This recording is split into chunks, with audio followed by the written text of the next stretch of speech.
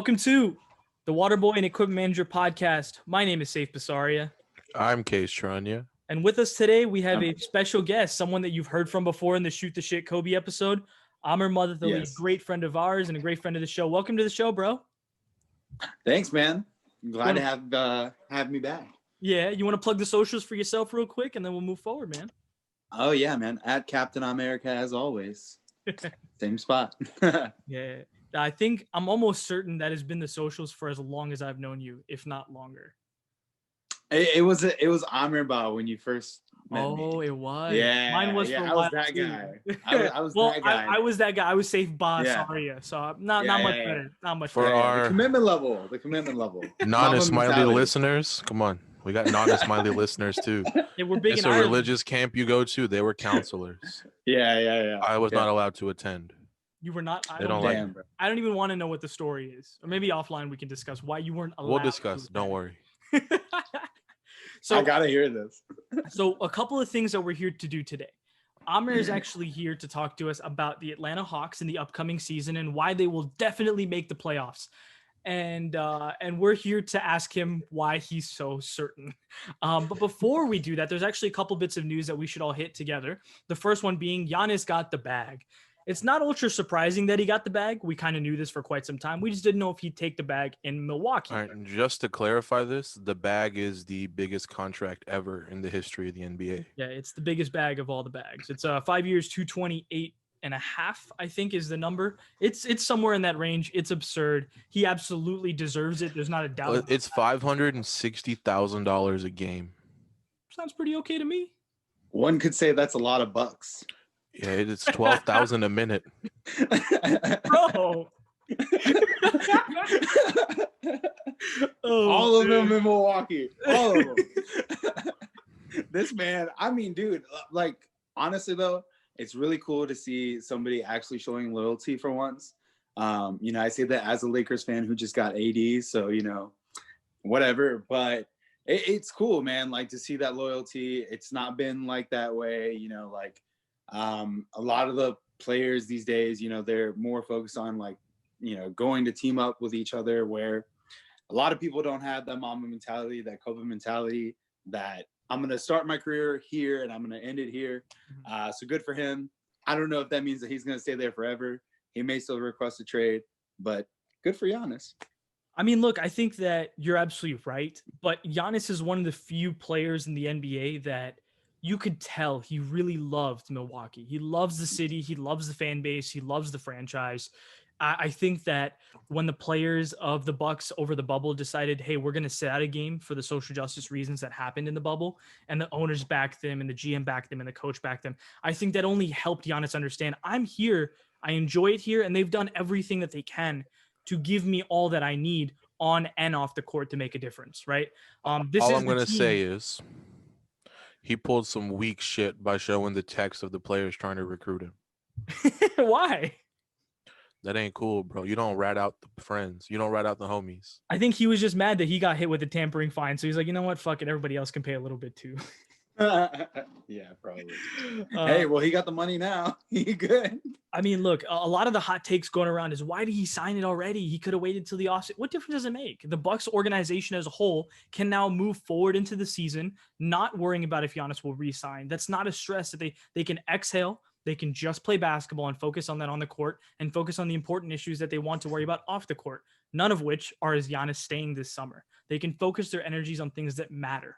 And I think that means the world to the Bucks organization and probably to Giannis too. It's a piece. Not every game will he be asked, hey, are you going to sign? Hey, are you going to sign? Right. It's like, no, I can focus on basketball. And I'm sure that's what he wants to do. He seems like a ball player.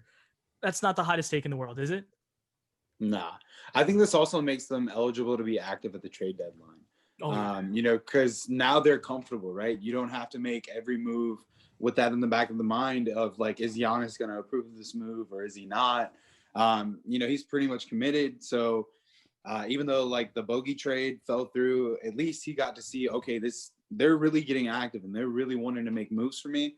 And having that security that he's here, he's locked in, I guarantee they're going to make some sort of trade at the trade deadline. Oh, there's no doubt about it. They have to. Yeah. They have to if they want to be a serious contender. Arguably, the other teams around them that are also contenders in the East and the West did get better in the offseason or have gotten at least neutrally the same. But the other piece of news that I wanted Aamir to get your take on, and Kay's, we've gotten your take, but I want to get it again, is this whole James Harden fiasco. We did it last week. Ali Khan, friend of ours. Aamir, you're well aware of who Ali Khan is. You guys are also good buddies. Yeah. So. Yeah. You know, he came on the show, and honestly, it was a pleasure hearing from him because he's obviously on the inside more than at least we are. And we got to hear his side and maybe some of the Rockets and what Steven Silas was thinking. Since then, James Harden's reported to camp. He's actually played a game. There are not very good angles of his body, which I don't think are very fair, to be honest with you, because he's one of those players like others who just play himself into shape. He'll be fine. I'm not so much concerned about his body. He'll be fine as long as he's bought into the Rockets. He did say he went to Vegas and Atlanta to work out with his personal trainer.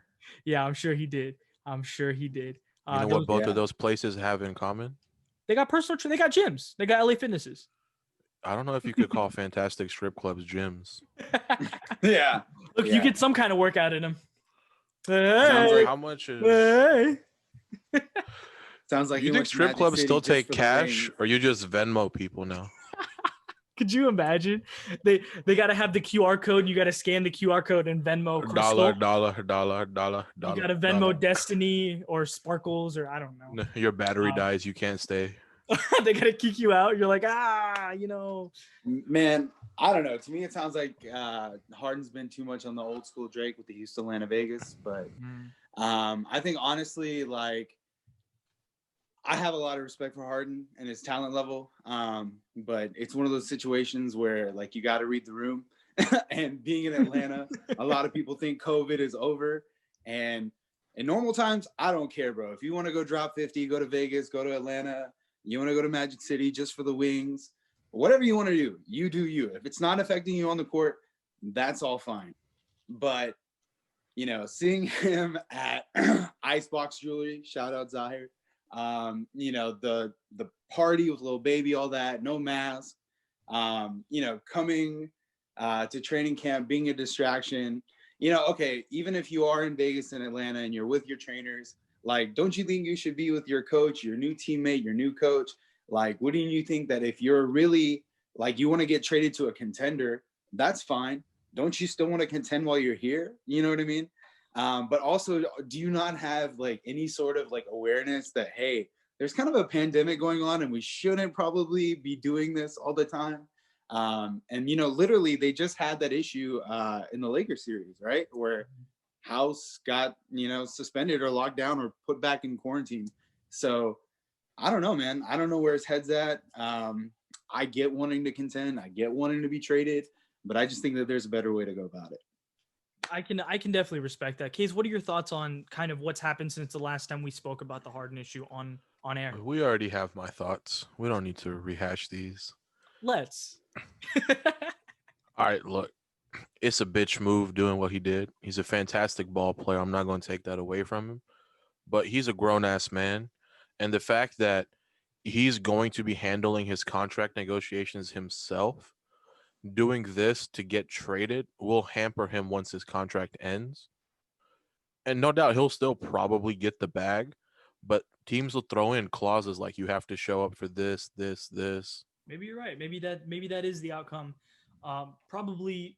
I mean, he did it to himself. Whatever comes from this, he did it to himself. I'm glad to see he's back with the Rockets. He looks okay, and he'll play himself into shape. It's the next few months of James Harden talk, I can already promise you, is going to get pretty exhausting, even for someone who co-hosts a semi-successful basketball podcast. It's going to get pretty annoying because it seems as though the end is inevitable. Even the destination is probably one of two with Philly and Brooklyn. It doesn't seem fathomable that he'll go anywhere else unless the Rockets really just want to be like, you know what, fuck you. And maybe they will. Maybe they'll send him to the tundra of Minnesota. Maybe they will. I don't know. But I can already promise you, if they don't move him between now and the start of the season, which I think is extremely unlikely, and Ali Khan told us that's probably not going to happen last week, it's going to be a very exhausting few months to constantly talk, hey, James did this. Does this mean that? Does this mean this? Does that mean that? And it's going to be pretty exhausting. I don't know how much I'm looking forward to it, but we're here to talk about the Atlanta Hawks. So today on the podcast, we brought Aamir on because obviously he is a lifelong Atlanta sports fan, for better or for worse. Yeah. More for worse. Kays and I are as well, by the way. The reason why we bring on Aamir is because he does a really good job saying the things that I don't really want to say anymore. And he'll just say him about 100 times nicer than I will. Probably true. He's a good medium between Kays and I, which are reasonable extremes, which is why we're so good at hosting a podcast together. Yep. But Aamir, what you're here to do today, and the listener, I know you're here to hear him. That's why he's here. Is defend the Hawks in the sense of they made a lot of moves this offseason. They made their intentions quite well known. This is not a team that has any interest in missing the playoffs anymore and tanking and getting better picks. This seems like a team that either wants to win now, which is difficult to say win now because I don't know if they're a championship contender. As a matter of fact, I don't think that they are. But they want to make the playoffs. They want to adjust their focus and grow into a team that can do things. So Kays, kind of start us off with this conversation. I'm interested in seeing where we go here with the Atlanta Hawks.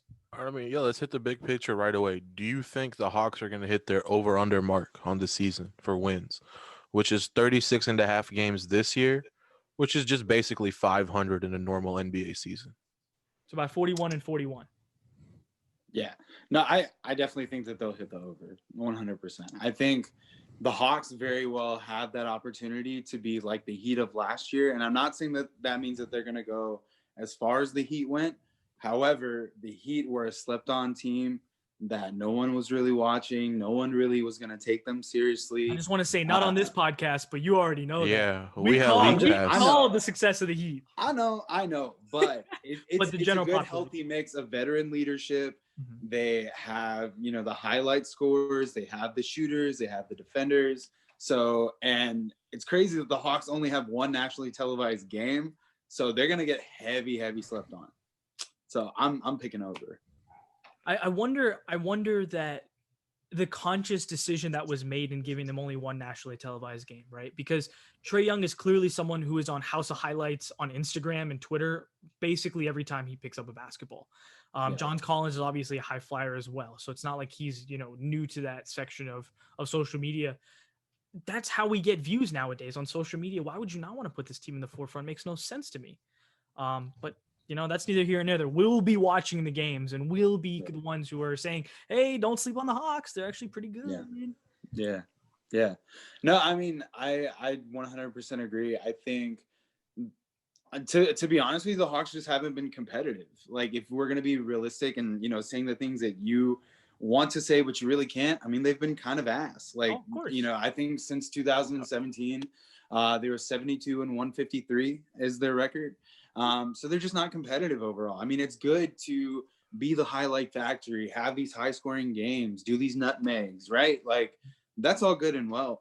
Look, we went to the Eastern Conference Finals with fucking Jeff Teague, Al Horford, and Damari Carroll. Kyle Korver. I mean, but that team was so great, right? Like that was a team in which basically they gave everybody defensive player or offensive player of the month, right? Because that was the whole theme was like, oh yeah, we're one team, one dream type of thing. But this is a very different Hawks team, right? Like this isn't the same team that we were overpaying Joe Johnson and we're doomed to mediocrity. And here comes LeBron. So we have no freaking chance stopping that. Trae Young is not Luka Doncic, who obviously we traded for. However, we saw Luka not having the fit of the system of what they wanted to put in place. Schlenk obviously wanted to bring in to make Atlanta the new Warriors, right? We had Ferry. He came in. That Carroll, Johnson, Horford, that was all supposed to be the new Spurs. Now he wants to have his new Warriors. So he has Trae Young as his Steph Curry. They brought in Kevin Huerter, but now they've upgraded to Bogdanovich, who's going to play that Klay Thompson role. You have Capella, who's going to be your big, who can hold down the rim. He can do the alley-oops. I mean, it's crazy. The Hawks are going to be heavy slept on, but I think that they're going to be a tough out, to be honest. Like if they make the playoffs, I don't see any team being like, oh yeah, we're just going to run through that team. All right, so then let's move on. So we've got what I think 6 new players on the Hawks. Yeah. You want me to run them down, or you have a good idea of who's there? We'll run them down for the listener. Yeah. All right. So they drafted Onyeka Okongwu, signed Danilo Gallinari, Rajon Rondo, Chris Dunn, Solomon Hill, and famously Bogdan Bogdanovic. Again, fuck you, Milwaukee. Yeah. Yep. And they lost Dwayne Dedman, Jeff Teague, Bembry, who we don't really like here, I'm not a big Damian Bembry guy. Jones, and Scal Labissiere, and the immortal Vince Carter retired. So of those people we added, or the one we drafted, who are you most excited to see? And just for you, we'll throw in the second-year players. You've got Reddish, Hunter, and I forget the third one. Yeah. Bruno Fernandez. Yeah, Bruno. Yeah. So for me, the most exciting addition is Bogey, 100%. I mean, you forget before Giannis just got his bag, we thought that trade falling through was something that was going to make Giannis not sign. Yeah. So to me, that's pretty significant of a player. I mean, he's going to play that Klay Thompson role, just like I said. So we have our Curry. Now we have our Klay Thompson. I mean, he shoots every year in the league, he shot at least 37% from three. So they're going to be the highest scoring backcourt in the league is my honest prediction. They're going to be probably one of the best shows on court to watch. As far as the second year players, I'm really excited to see Cam Reddish. I want to see him grow. I like Hunter because the Hawks are looking to be a more defensive minded team. And I do like that. The additions of Dunn, adding Rondo, Capella, Solomon Hill, these are Tony Snell. These are all good defensive moves. But the thing is, it's crazy that we added a bunch of defense, but we added it mostly to the bench. So I'd really like to see how Coach Pierce uses certain sets. Is he going to bring Dunn in and take Trey in take Trey out at the end of the game in defensive situations? But we have a lot to be excited about, like I said. But Cam Reddish, he's someone who I think was really, really hyped, being that he's one of those Duke players. And I think a lot of players think like, oh, the best players on Duke just naturally are going to be Jason Tatum 2.0, and that's just not very realistic, right? But Cam Reddish, he came along, and I think that he will play that right role that we need him to play. We don't need him to be the Curry or the Klay Thompson. I mean, if he even just wants to be a Harrison Barnes, by all means, you can play that role perfectly. So. Yeah, I mean, look, for me, I think Bogdanovic is definitely the expected but also right answer when it comes to this question. For me, I think the easiest answer is DeAndre Hunter, especially after the first couple of games in the preseason. He looks like a different guy. He looks like a more confident guy. And by the way, minutes are a hell of a drug, right? When now he may not get as much play time. He may not start every single game, or if not any game. That is a good motivator for this guy to try his best to another level. It's his second year, so we expect to jump anyway, but even more so try when you're not guaranteed minutes. You're not guaranteed 30 plus minutes or even 20 plus minutes. I think he deserves them. I think that he should continue to do so because he should be a cornerstone of this team going forward. But I'm excited to see what he can bring to the court differently. He was an elite three-point shooter in college, and he was pretty good last year, but he absolutely can be better, and we've seen that in his past. So I'm excited to see that in the future. And Capella, we didn't see it all last year. So I'm interested to see that pick and roll game. Him and Collins are an interesting fit, to say the least, but let's hope that Coach Pierce has a game plan, because I know it'd be a good fit if Collins was expanding his games, as he's been saying. Well, he said he has, and that's what I'm saying. Like, it's all contingent on what he's actually done. Mm-hmm. Absolutely it is. I've got one. All right, go ahead. My bad. I think Collins could be heavily featured in the first half of the season, honestly, as trade bait. I mean, if you look at the contract that we gave to Gallo, if you look at just some of the moves that we made, drafting, I think his name was Okongwu. Mm-hmm. These are all moves that just kind of indicate that Collins may be on his way out. So maybe we give him the rock a little bit more, feature him a little bit more, make him look a little good, and trade him off at the deadline. That's a bit disappointing, isn't it? Like with the whole John Collins thing. I personally love John Collins, and it's not as though, obviously we know offensively John Collins is a firecracker. He's awesome. Yeah. He's genuinely awesome. The problem is on the defensive side of the ball. He can't guard fours and he can't. He's almost as bad as Trey. And that's kind of a problem, right? And so the question then becomes, can you become a modern day, well, Gallinari? And what better way to learn from a guy like Gallinari? And so you might be right. I hope you're wrong, because Collins is one of my favorite players on the team. He's one of the I guess veterans on this team, which is not really saying, it's not a veteran, but in the sense that he spent the most time in Atlanta out of all the guys on the team. He's kind of the guy who got this rebuild started for us. And so I like Collins, and he's a good dude. He's shown character, and he's a big piece of this team. So it will suck if he gets moved. But yes, you're right. The moves have indicated that there may not be a long future for John Collins, especially when a payday is expected very soon for him. Yeah. I mean, he's going to be Supermax eligible. Do you think John Collins is a Supermax?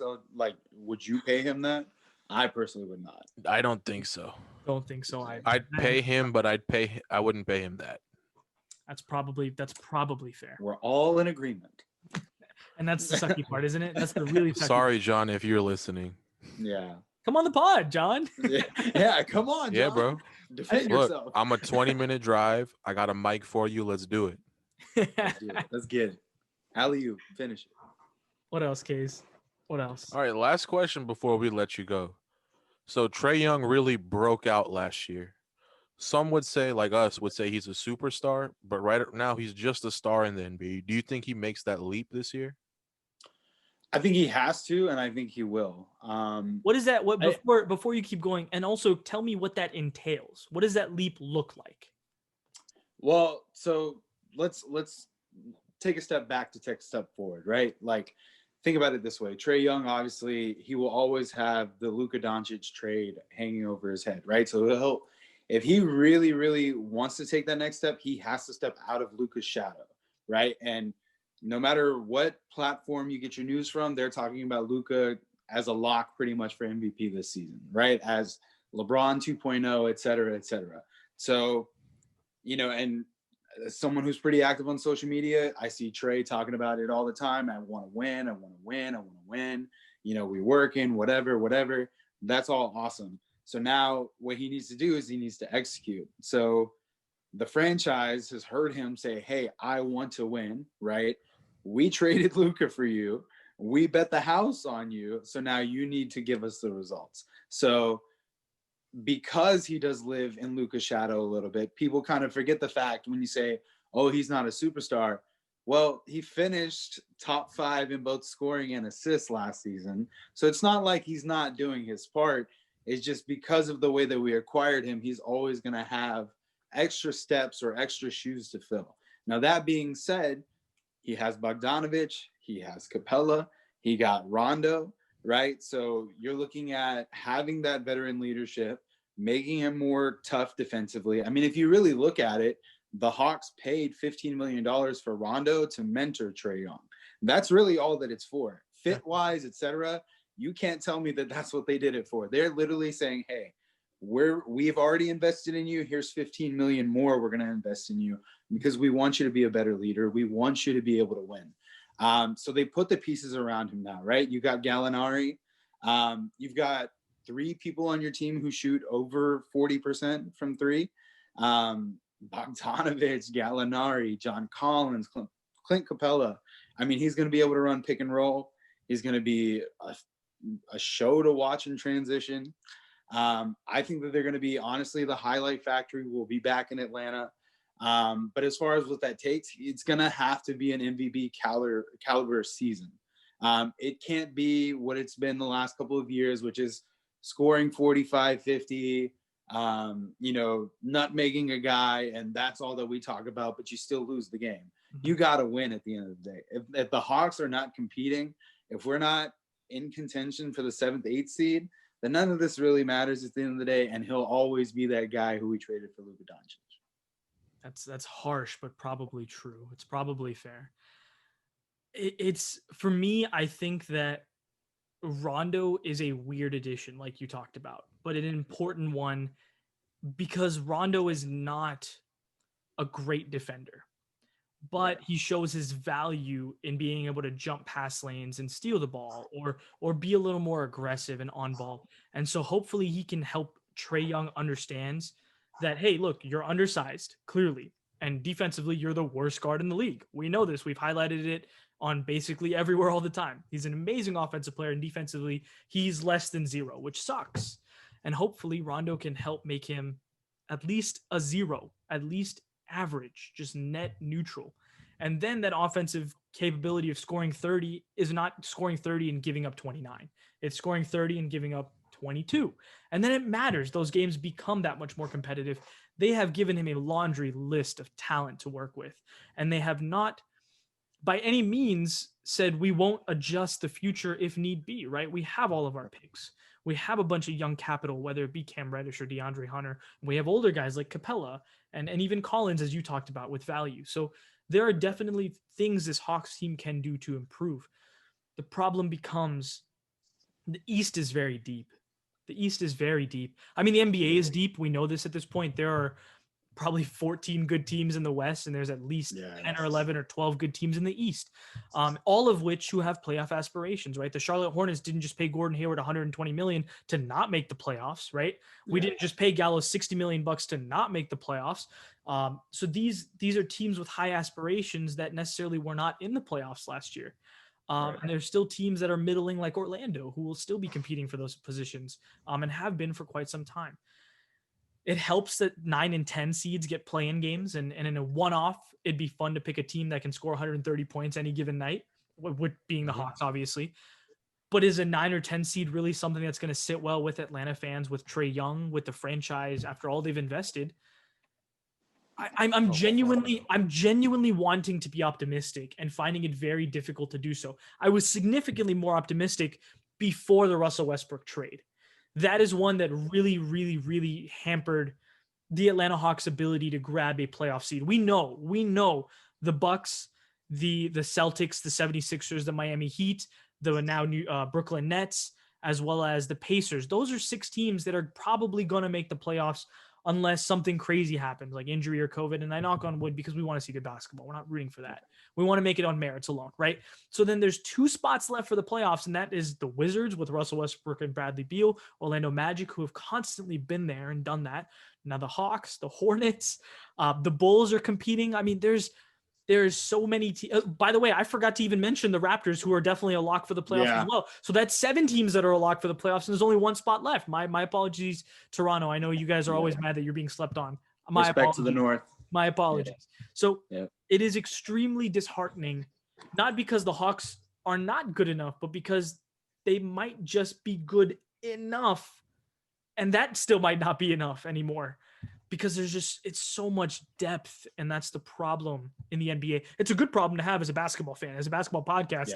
I'm very happy. I get a lot to talk about as an Atlanta Hawks, fan from afar. It's not the most exciting. Kays, what do you think? Are we a playoff team for sure? Are we gonna get there? It might just end up being a play-in team. I don't know if we could call it a playoff team. That's so harsh, isn't it? I hate it because I love the Hawks. I love Trae Young. It's just, you said it, there's 7 teams that are probably a lock?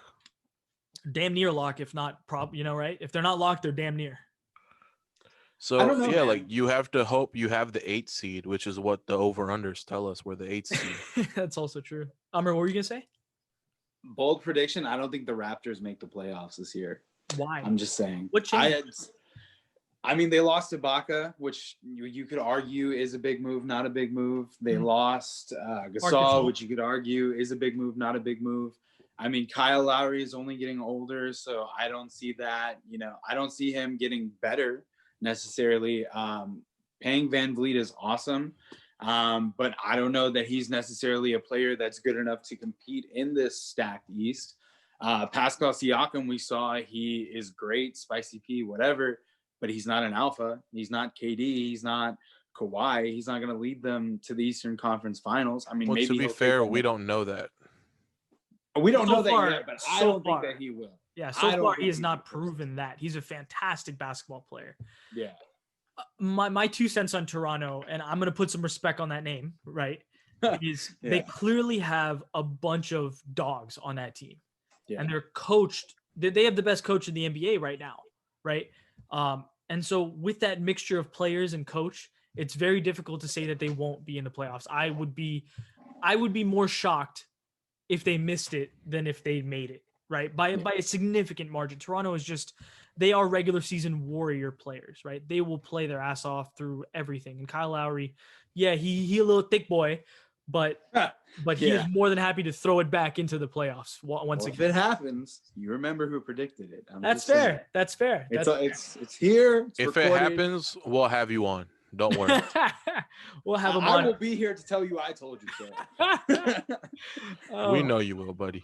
I know. But like with the Hawks, before we call it, Case, I think you're in a good place here.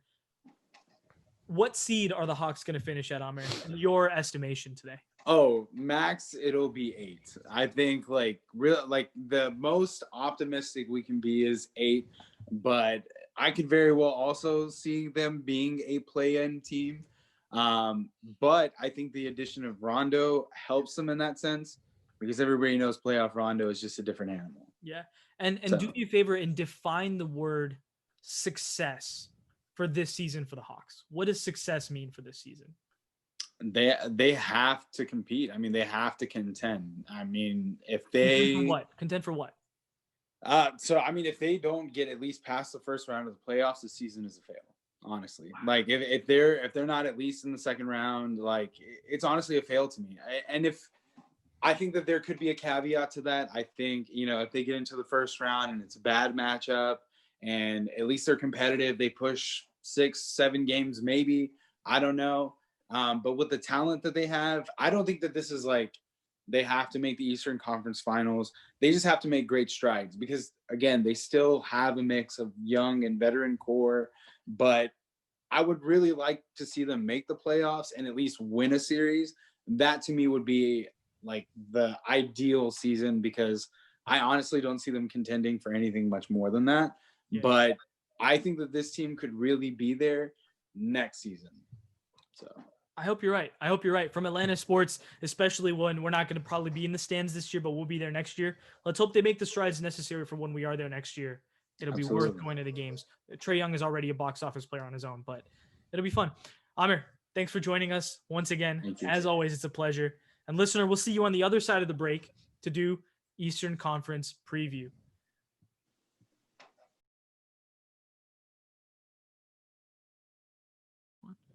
Welcome back. So Aamir's gone, and with us is obviously Nabil, who you were very much so used to, but he's been gone for a little bit because not really. Well, he's been gone for a couple of weeks because that boy had the Rona, and he's back. And so Nabil, before we move forward, do you want to tell listeners an update on your health? You're okay? Yes, I'm okay. I tested negative. For all you guys out there that are wondering if I was out partying, no, I was not. But I'm good now. Feels okay. We cannot disclose the real reason why he got it on the podcast, but we'll tell Raheel off air. Yeah, I can't wait to hear about it. But yeah, please wear a mask. Take it seriously. Don't fuck around. It takes us all, bro. This was not a fun couple weeks for Nabil. Not at all. It was not. I was on my ass for at least a week. Well, I'm usually on my ass regardless. I'm not the most in shape guy. But this was forcibly. This wasn't by choice. Yes. Also joining us is Raheel Bhimani, a friend, a brother. You heard him a few weeks ago, and he's back to discuss the Eastern Conference because he ducked us on the Western Conference episode because he's not ready. However, I do have to highlight James Harden is back and playing basketball for the Rockets. Raheel, talk to us a little bit about this whole thing, but let's not go too long. How do you feel about the Rockets, about James Harden, about John Wall? Kind of just sum it up. What's going on in your head? Yep, I'm done. I'm done with James Harden. He can go. Wow.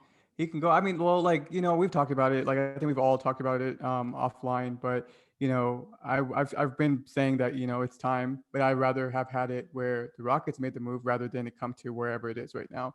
The one thing that is like the key in all of this is that when you have that caliber player and you don't win and you don't get to the finals, then this just blows up. And that's kind of what's happening right now. And it's unfortunate the way that it's like the dirty laundry is like being aired everywhere. And it's not good for Harden. It's not good for the Rockets, but this is what kind of what happens. They set themselves up for that. I'm excited for. Yes, because themselves. I mean, look, they have bent over backwards for everything Harden has asked for the better part of 8 years. The reports are coming out even now that he had the power to cancel shoot-arounds 2 years ago. He did can do whatever he wants. But that's the thing, right? So like. Yes, and that's what you would do. I was texting one of my friends that's in Houston about that today. And I was like, well, what are you supposed to do when you land on a gold mine like that? When you haven't had a player of that caliber since Hakeem, what are you going to do? You're going to bend over backwards. You're not going to let him go. You're going to, if he says, I want this, then you give him this. What happened was that there are also other superstars, better players in the league that have those powers as well. But the thing is that they're more mature about it. Harden is not. He still wants to have his like party lifestyle, and he carries that over into basketball. You can't mix the two. You can have your life. Nobody's saying not to have a life outside of basketball. I just feel like he didn't separate the two enough.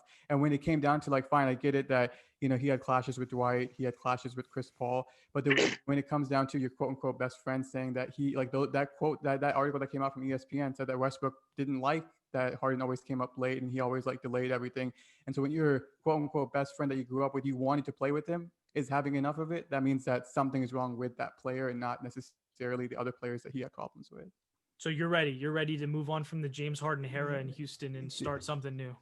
There is nothing that can salvage this right now, right? So he doesn't want to play. He doesn't want to play here right now. I feel like every NBA player that is of his caliber deserves a ring. I get it. The Rockets tried to get him a ring for 8 years, whatever. It didn't happen for whatever reasons. We can go down the list, but there's no point. But he didn't get it done. He deserves a ring. I think he deserves a ring. I still respect his game. I just don't need any of that. And there's like, it's not, even if he stays for like a month or 2 months, at the end of the day, you've already burned that bridge. And I feel like I know y'all probably don't, but I follow a lot of the Houston media on Twitter, and like a lot of people are just coming to the acceptance that, okay, let's just find something and let's move on. Yeah. And then I will say, go ahead. sorry, No, please. Go ahead. I will say one quick thing, and it's really sad to see because I know you're a diehard Rockets fan. Harden is a Houston legend, technically, right? At this point. And for it to be kind of go down the way it is when Houston gave everything to James Harden. Well, I think no one on this podcast disagrees with that. And for Harden to kind of do this, it really does suck to watch as an NBA fan, because that's a fan base that is literally, they've been ride or die for James Harden, and he just couldn't reciprocate. And that's really unfortunate to hear, because I mean, look, you've been put in uncomfortable Hold positions with just us on the podcast to defend him time and time Just again. Quick question. Yeah. What if he shaves? Do you think the beard is the negative effect on his personality? Do not defame the beard, bro. No, it's not the beard. And then, yeah, exactly what kind of like what you were saying is that exactly right. Because like not with y'all, but just with everybody, if you look at it, like Houston has been defending James Harden's case for MVP for being an all great, top 10 player, top 5 player. They've been defending it because everybody just sees that, oh, foul this. And we've talked about it personally, but then also with other people, and just like how ESPN narrates it, whatever it is, like it is a narrative. Like it's so crazy that people hated on him so much. Now there are like teams that, oh yeah, we'll take him. We want him. We want to do this. And it's like the narrative will quickly flip when he goes to a different team, which is fine. No worries. He will be the player he is. He's not going to change the way he plays. I just don't think that his attitude right now will fit with another team. Like he needs with a winning team. With a winning team, exactly. The other thing was that he can't win by himself. That's why obviously we had all the other players that came and tried to help him, and he was the guy. Now wherever he goes, I would be very surprised if he is the guy and he's the leading, like the alpha dog on that team, wherever he wants to go. Yeah, I mean, look, I think that's fair. And before we move on to the East, the last question I wanted to ask you was, if James Harden is traded in the near future, what seems like you're on board with that and you're cool with that, do you want the acquisition for what you get in return to be a we can still compete right now kind of guy? Or do you want a younger guy who can potentially become, a really awesome player, maybe an all-star MVP caliber player? I don't want to speculate, but would you rather have a guy that can help you compete today? Or would you rather have like a Ben Simmons guy who's going to kind of compete today, but really the future is bright? Yeah, more so for the future. There's no, like right now, if we look at it, like the teams that are already developed, right? A lot of good teams, a lot of pieces have been moving around. So I feel like I don't think you can name a player that a team is willing to move that can replace Harden in what we have right now and still keep them in like the top 5 contenders of the for a championship or whatever. That's probably true. But I think that if you get like a key player like that, but I think mostly they need to find some draft picks. I think if they get draft picks, then they'll kind of let them develop again, but like not from ground up, but like from the middle up. I think that's the sucky part is like wherever Harden goes, those draft picks are likely not worth that much because Harden is on that team and that team is probably going to be a good basketball team. Yeah, That's but kind of my what biggest problem with the draft pick situation. It's the asset that they get though, the star that they get out of the James Harden deal. I think that's the reason why Houston's holding out the way they are. Yeah, I mean, we'll see. I don't know. I don't know what's going to happen. I know that Ali Khan was here last week, talked about the Rockets specifically, so he probably has much more insight. But I just feel like I'm just happy that the Rockets just didn't jump the gun and move him to Brooklyn at the very first on the onset. Yeah, send him to Minnesota. Send him to the tundra. Fuck him. I'm just kidding. But anyway, we're here to talk about the East. We need to do that because that's what we promised the listener this week. And I think Kays and I have found many excuses to avoid talking about the East because it is exactly what we do. Well, it's because the East is a very interesting conference, right? The West honestly has 14 out of 15 good teams, or at least teams that want to make the playoffs. The East is a little more difficult because we know that the New York Knicks and the Cleveland Cavaliers are likely two of the only teams in the entire Eastern Conference that won't at least attempt to shoot for the playoffs to start the season. That could very much change as the season goes on. But those are probably the only two teams that are not going to be making a shot at the playoffs. So let's get started with those two. The Cleveland Cavaliers, we're going to go backwards, by the way, from our Vegas rankings of our over-unders, which is why we're starting with the bottom of the bottom, the Cleveland Cavaliers. They lost Tristan Thompson, Jordan Bell, Alfonso McKinney, and they have added Isaac Okoro, JaVale McGee, and Thon Maker. Nabil, what are your thoughts on the Cleveland Cavaliers? I mean, look, I don't want to spend too much time on a team that not that many people are watching outside of Cleveland. And if you're listening in Cleveland, I'm sorry, I don't mean to be disrespectful. Colin Sexton's great. But Nabil, what else, man? What else is in Cleveland? Nothing. I mean, I'm excited about Isaac Okoro in Cleveland. I think he's going to be a good basketball player, but they're in mid-rebuild. There's not really much to talk about, right? Are they in mid-rebuild?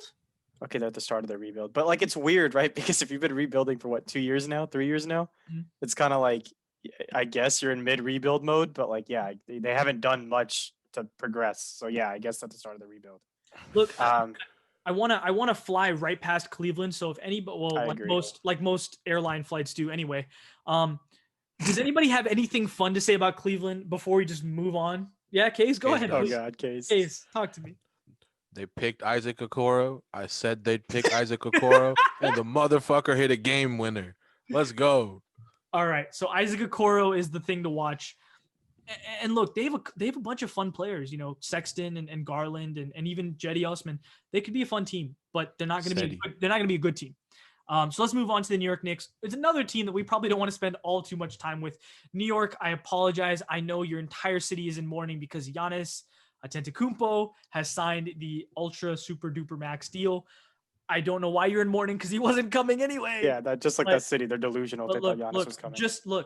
The thing is, in New York, just like LA, we love as a fan base to put our jersey on every single player possible, even when it's not possible. Laker fans are putting the difference is they'd actually come to LA. Fair. Very true. Very true. We have more of a winning mentality than they do, supposedly. The Knicks lost Bobby Portis, Ed Davis, Taj Gibson, Wayne Ellington, and they added Obi Toppin, Amari Spellman, Alec Burks, Nerlens Noel, and Austin Rivers. Another team that we expect to be pretty bad this year. But that's a squad right there. Well, yeah, it is. Raheel, what do you expect from the New York Knicks this year? Not much, but I'm just really, I had to like Google it because I didn't even know, but like, I didn't know Tom Thibodeau was the head coach there. So, I mean, like, what is he actually going to do with that squad? Like, I don't know, but I feel like they need to shed some of their players. They need to keep cutting it. I feel like they're stacked up on one position a little bit too much. But there's nothing to look forward to. I mean, really interested to see how Obi Toppin does, but that's about it. Yeah, just to reiterate what Raheel just said, they lost 3 power forwards and they signed 3 power forwards. They were like, you know what, we're not losing? Big men. We like our men big. Pause. Crazy. Let's just move on. No, before we move on, just 1 second with New York. I know New York is not going to be a team that a lot of people want to watch. However, the youth of that team is one of the better underrated youth teams, right? RJ Barrett, Mitchell Robinson, Obi Toppin could be fun. It could be fun. But let's not forget they still have guys like Kevin Knox, and they have Dallas's trade piece, whose name Dennis Smith Jr., whose name was escaping me. They're not They're not great players or even good players, but they could be exciting players. And that's all I have to say about New York. Let's move on to another team who is one of those middling teams that doesn't make any fucking sense to me or anybody for that matter. The Detroit Pistons. Let me read these out. You want to do that? Go, please read it. Honestly, I just want to do it for the one name I wrote down. I don't know if y'all noticed it. Asshole. But yeah, they lost Luke Kennard, Tony Snell, and Christian Wood. But they added Killian Hayes, Sadiq Bey, DeLon Wright, Jeremy Grant, Mason Plumlee, Josh Jackson, LiAngelo Ball, who should be in the lost column over here. Yeah, he was added in. Jalil, my favorite, Jalil Okafor.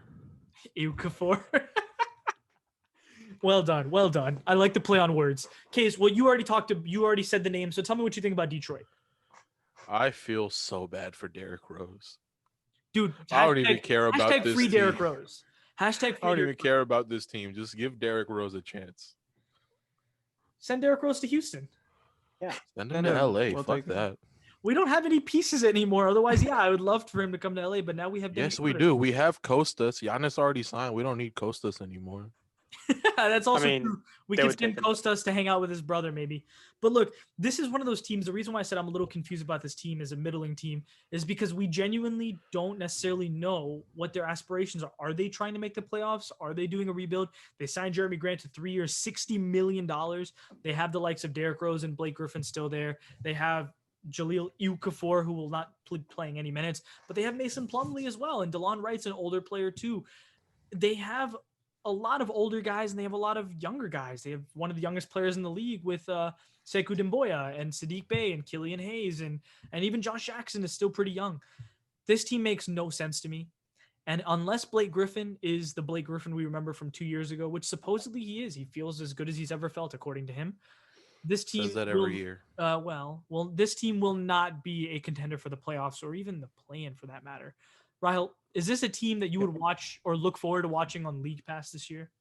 No, absolutely not. But what I'm looking forward to is seeing where Blake Griffin ends up because he is going. He after all those signings that you Case just mentioned, they don't need him. It's just writing on the wall. It's just a matter of time when he or where he's going. But him and Derrick Rose are probably going to be out before the trade deadline. You know, we said that last year about Derrick Rose, and no moves were made with Derrick Rose. What do you think? What's going on? Because they wanted a fucking first-round pick. Yeah, true. You think that that's changed? It has to. No one went for it, right? Well, that's probably fair, but maybe not. Maybe they'll just stick it out and say fuck it and ruin a bunch of happiness. I don't know what Detroit's doing. Detroit needs to just full out tank, and that's hard to do when you're competing against the Cavs and the Knicks and Oklahoma City to do it. But they should just full out tank. This is not a basketball team that I will enjoy watching. I will watch them because Blake Griffin is still fun. And look, Killian Hayes is something that could be really, really exciting. After he kind of gets his feet under him. His first game, his first impression in the league was not the most exciting. 8 turnovers in his first basketball game. But look, that's not fair. There was no summer league. There was no training camp, really. So these guys are going to take at least a half a season to kind of even understand NBA basketball. Let's move on to Charlotte. This is a team, every team from here moving forward, I think has playoff aspirations, or at least made moves to try to make the playoffs, right? And this is what we're here to talk about. Not these next two. Well, they definitely made moves in the hopes to make the playoffs. Now, whether they do or not is what we're here to debate. They lost Dwayne Bacon and Willie Hernan Gomez, and they added LaMelo Ball and $120 million man, Gordon Hayward, who, by the way, got hurt today. He broke a finger. We don't even know what that timeline even looks like, but the guy, look, Gordon Hayward, snake bitten. Speaking from personal experience, he needs to get his evil eye removed. I don't know what's going on there, man. He needs to carry the old lady up the mountain. Fracture. It's 4 to 6 weeks recovery. It's basically a break at the base of your finger that's also rotated. Oof. So the body takes about a month and a half to heal it. That doesn't even sound like fun. Wow. Okay, Case, what are your thoughts on this basketball team, the Charlotte Hornets, Michael Jordan's team? LaMelo Ball will be exciting to watch. Scoring wise, he hasn't looked great, but his vision is elite already. Mm-hmm. And he's grabbing rebounds like it's no one's business. He pulled out he looks a lot 12 like boards his first game. He's pretty much, yeah. He's like Ben Simmons, but he shoots the 3 ball. Apparently not well. That's one of the things that he's hurt by, his shooting. All right, let's jump to the generic questions I'm going to ask on every single team from here moving forward. Nabil, is this a league pass team? Is LaMelo Ball enough for the price of admission? So it's really funny because I've bought it. I think it's a league. It's going to be my league pass team. I will definitely be watching the Charlotte Hornets this year. I think they're going to be league pass. League pass. So I always thought that LaMelo Ball, and I bought into the hype for LaMelo when he dropped. There was the 100 points in the high school basketball game. I was going to be the average NBA fan in that moment and say, I mean, dude, he looks good. It seemed like he can shoot the ball well. A lot of people criticize his shot. I still think the reason why people criticize his shot is because he had to take a lot of bad shots for teams that he was playing on. This will definitely be a team that's fun to watch. And I mean, as Case said, it might take a month for Gordon Hayward to get back, but watching them two, if they're on the court together and their chemistry can work out, that should be a fun, duo to watch. I don't know if they'll make the playoffs, but I'll definitely be tuning into their games. Yeah, Raheel, league pass. League pass for sure. You know how you were talking about some of like you said New York and Cleveland with their young core. I feel like this is a young core that I would want to watch. And watching James Borrego, I want to see how he does because he comes from the Greg Popovich tree. So I feel like he's gonna have something up his sleeve. So maybe not playoffs, but league pass for sure. This is one of those teams that feels like there's a move to be made at some point, right? Yeah. Because Cody Zeller. Respect to you. I actually really like Cody Zeller. He's been awesome on a few different podcasts that I've heard from him. Seems like a really fun personality, but he should not be the starting center of a team that apparently, supposedly, maybe has playoff aspirations, right? Otherwise, PJ Washington was really awesome to watch last year. The Bridges, whose name I don't want to mix up, so I won't even try. They have a Bridges, not the better one, but he's very good. They have Hayward. They've got Devontae Miles Graham. Bridges, by the way. Thank you. Devontae Graham and Terry Rozier and now LaMelo Ball. They have a wealth of something. I wouldn't say a wealth of riches, but they have a wealth of something. They've got talent. Potentially, right? Now, the next question that I have to ask, like I said, the generic ones that I've got to know, is this a play-in team, Case? That means 9 or 10. Are they 9 and 10? Yeah. You think they will be? I think they will be a play-in team. Okay. Nabil, play-in? Just because the other four suck. Yeah. Nabil, play-in? Maybe. Yeah, I'm maybe. I really can't tell. So this I'm is going to be with Case. Yes, I think they will be. Okay. Raheel, play-in? No. And I'm going to stand with Raheel. No is probably the answer here. Because the next few teams we talk about, this is probably, everything from here on up, I'm excited to these are legitimately good basketball teams, or at least competent basketball teams. The next one up is the Chicago Bulls. They lost Chris Dunn, and they added Patrick Williams with the 4th overall pick and Garrett Temple. Besides that, they hired a brand new GM, and they hired Billy Donovan from the Oklahoma City Thunder. So they've got a real basketball coach, one who doesn't make his players run suicides like crazy people. So there should be something different here. They've got talent with Kobe White and Lauri Markkanen and Wendell Carter and obviously Zach LaVine and Patrick Williams and Otto Porter. The list goes on and on and on. So is this going to be a good basketball team? Nabil, what do you think, man? Yes, I love Patrick Williams. Oh, shut up. I shouldn't have come to you. I shouldn't have come to you first. I know you love Patrick Williams. Talk about the team as a whole. What are your thoughts? So, I mean, that has a lot to do with it, right? I think Patrick Williams is going to be a good player for them. Throw in Kobe White. All those, like, the talent that they have on this roster is actually good, and they're going to be fun to watch. This will be the second League Pass team of mine. I know I jumped a question safe. I'm sorry. But I think they're going to be a good basketball team. And with Billy Donovan there, he's a college guy. He obviously was in OKC for a while. I think he can develop talent. This could be a good basketball team for that reason. And I think I'm definitely going to be tuning in to Chicago Bulls basketball games. Raheel? Yeah, so agreed. I feel like they have a good balance, right? So they have some young pieces, some fresh talent, but they also have some players that have been around, not for like 15, 20 years, but like they've been around for at least 7 years. That gives them a nice balance. I think that helps also with player development, but also with team chemistry. And I think whatever Nabil said about Billy Donovan helps. I think it'll be fun to watch. So, Case, thoughts on this team as well as League Pass? League Pass, yes, but that's only recency bias. Kobe White has 18 points in the quarter right now. I fucking love Kobe White. Kobe White really came on that last little bit of the season before the stoppage, right? Yes. He was at one point, he was averaging like 27 points or some shit. 25.6 points per game. He had a streak of, I think, 12 games in a row. Yep. 30 plus points off the bench. Yeah. Well, no one named Kobe can be a scrub, I guess. That's all what it's about. And by the way, did you see the news article? He's so in the preseason, he's been tying his hair up in like a ponytail, I guess is probably the right word here. And the reason was he says, I can just see better. That seems like common sense, Kobe. What's going on, man? What's going on? Yeah, he's got his hair tied up right now. Well, because he apparently can see better. I didn't know that was a debate, Kobe. Come on, man. That know, throw is huge. It's sick, but it's huge. Please, You don't have to tie up your hair when you just cut it off. You'll be fine. No, his fro is nice. It's. I don't want him to different. cut it, but if Alright, it's helping his Nabil. game, do it. Nabil, quick question. If you cut your hair off, would it grow back the same? I'm balding. Don't make me admit this on a podcast. Don't do this to me, You Case. just did. You just That's did. not fair. That's not the question he asked you. But more importantly, Raheel, are the Chicago Bulls a play-in team? Yeah, I think they're one of mine. I would say that I think that it's like all the things I've said. I think that they are, and in comparing who else is left in the East, I feel like they're a little bit a tier above those teams that we just talked about. Mhm. So by default, I feel like they would be like net number 10. Yeah, K's play-in. Yeah. And Nabil, Why not? play-in? Yeah, playing for And sure. so, and that's why I don't think Charlotte's a play-in, because Chicago's a play-in, and then one of the Wizards, the Magic, the Hawks, one of those guys are probably going to be the other play-in team here. Because Do not everybody think the else after Magic do this, a play-in. Yeah. well, we'll get to that. We'll get We'll there. get to We'll get there. that. We'll get there. We'll get there. Don't worry. They're the team after the team. The next up team are the Washington Wizards. They lost my boy Admiral Schofield. R.I.P. to your. That was in there just for you. Yeah, I know. They lost Admiral Schofield. Because on the court, he doesn't matter. No. Wow, hurtful. Raheel will be buying an Admiral Schofield Rockets jersey in just due time when he can shoot threes from 38%. So Listen, he's a corporal, not an admiral. He needs to sit on the bench and stay wow, there. he's not in the NBA right now is what he is. John Wall, Jan Mahimi, Shabazz Napier, Gary Payton, the second, not the first, which is why he was cut.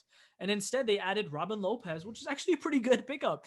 Danny Avdija, they drafted in their 9th overall pick or something, and Russell Westbrook. Yeah. That's the big one. That's why we're talking about them. And this basketball team is going to be a good basketball team. I think they're a little bit low in our discussion here, and Vegas is maybe showing a little bit disrespect. Russell Westbrook is never not going to be 110% when he's playing basketball. He's not, even when he was hurt in the bubble post-COVID for him and with a quad injury playing the Lakers in the playoffs, it didn't look like he was not playing the hardest he could. Now, he wasn't playing the best he could, but it didn't look like he wasn't giving 110%. Bradley Beal seems very happy with the addition of Russell Westbrook. And if nothing else, he was on his first day 2 hours early to practice. He is bringing a new culture to Washington, D.C., and that's what they really do need here. Case, is this going to be a good basketball team? And by good, I mean competent.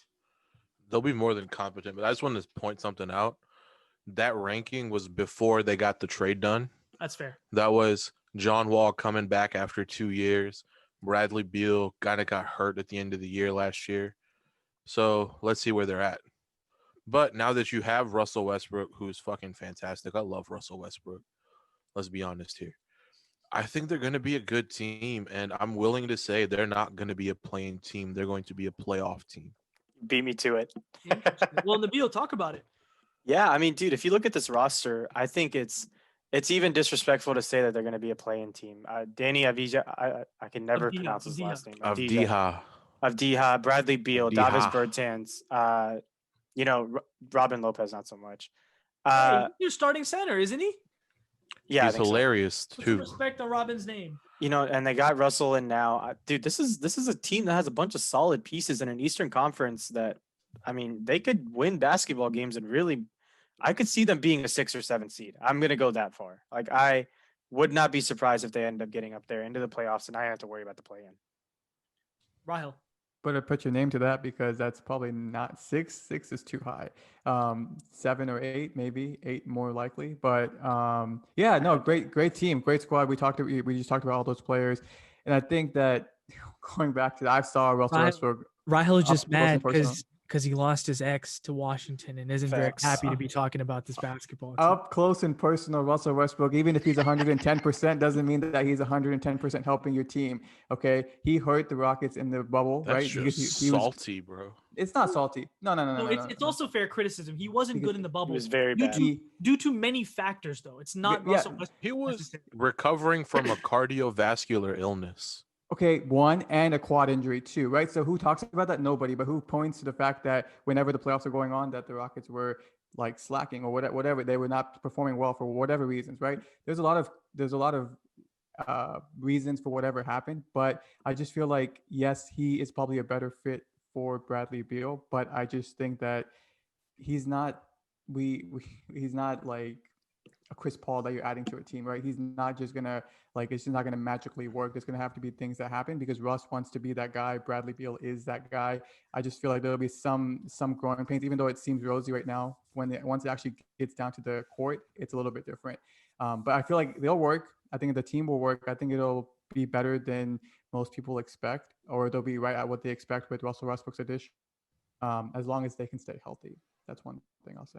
This All team, I'm gonna say is Rockets fans said Donnell House not being there was the reason y'all lost to Yeah, the Lakers. absolutely. Don't get him I hate started. that guy. Don't Oh get him my started. God. we're on the Eastern Conference, boys. Leave it alone, please. Don't do I will this. protect Russell Westbrook at any cost. I know. Where Look, the hell were you last year, man?